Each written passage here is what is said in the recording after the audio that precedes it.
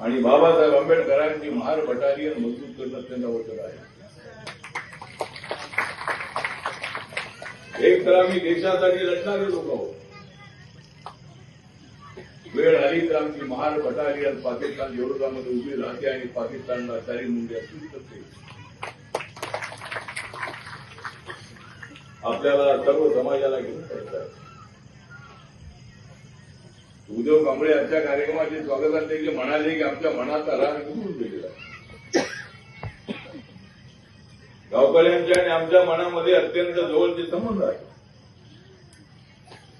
उमेश पाटील इथे बेडकचे सरपंच या ठिकाणी उपस्थित आहे. बापूसाहेब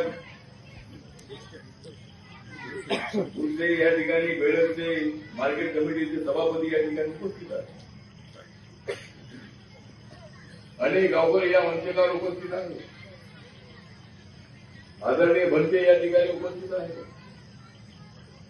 आमच्या भगिनी या ठिकाणी उपस्थित आहेत. एवढा पाऊस असतानाही